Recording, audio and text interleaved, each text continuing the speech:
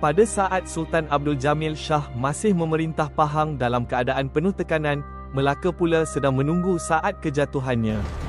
Ancaman Portugis semakin menghimpit kota Melaka, manakala Pahang bergantung sepenuhnya kepada kekuatan itu sebagai perisai politik.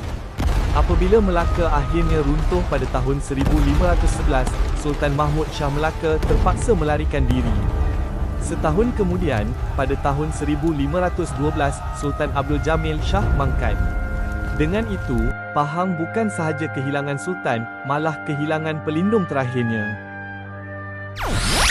Selepas kemangkatan Sultan Abdul Jamil Shah pada tahun 1512, Pahang memasuki satu fasa pemerintahan yang jauh lebih rapuh berbanding sebelumnya.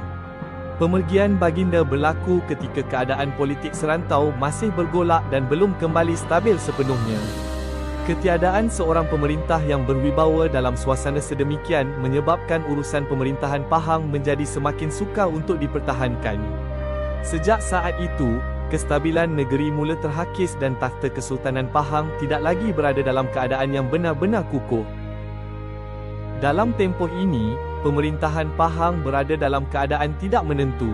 Perebutan kuasa dalam kalangan kerabat diraja semakin ketara, manakala kesetiaan sering berubah mengikut kepentingan. Istana tidak lagi menjadi pusat kestabilan pemerintahan.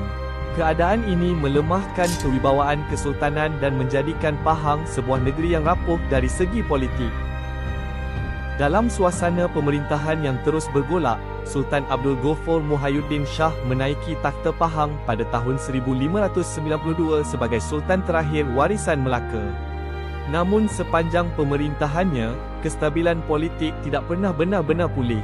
Perebutan kuasa dan pengkhianatan dalam istana terus membayangi pemerintahan baginda. Putera baginda, Raja Abdullah, terlebih dahulu mangkat akibat diracun dalam konflik dalaman istana. Tidak lama kemudian, pada tahun 1614, pemerintahan Sultan Abdul Ghaffar Muhyiddin Shah sendiri berakhir dalam suasana pengkhianatan, dengan sumber sejarah merekodkan baginda turut menjadi mangsa perbuatan racun. Peristiwa ini menandakan berakhirnya pemerintahan Kesultanan Pahang yang berakar daripada Kesultanan Melaka. Dalam konteks inilah Johor, sebagai pewaris langsung Melaka, memainkan peranan yang semakin ketara. Video sejarah tingkatan 2 kini lebih lengkap dan dikemas kini. Subscribe di cikgushare.my sekarang. Hubungan antara Pahang dan Johor bukanlah hubungan penaklukan, sebaliknya satu penyusunan semula kuasa dalam tradisi pemerintahan yang sama. Selepas tahun 1614, Pahang mula ditadbir di bawah naungan Johor melalui peranan Bendahara Johor. Kedaulatan negeri tidak lenyap sepenuhnya, sebaliknya digantung buat sementara waktu, menunggu kebangkitan semula pada masa hadapan. Mulai tahun 1614, Pahang diperintah oleh Kesultanan Johor Riau dan berfungsi sebagai wilayah pegangan di bawah pentadbiran Bendahara Johor. Walaupun urusan pentadbiran negeri diteruskan, Pahang tidak lagi diperintah oleh seorang sultan yang berdaulat.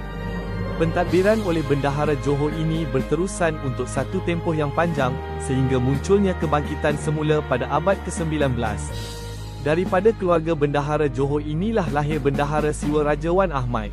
Pada 12 Disember 1884, Wan Ahmad ditabalkan sebagai Sultan Ahmad Al-Muazzam Shah, menandakan bermulanya Kesultanan Pahang yang baharu, berdaulat dan kekal hingga ke hari ini.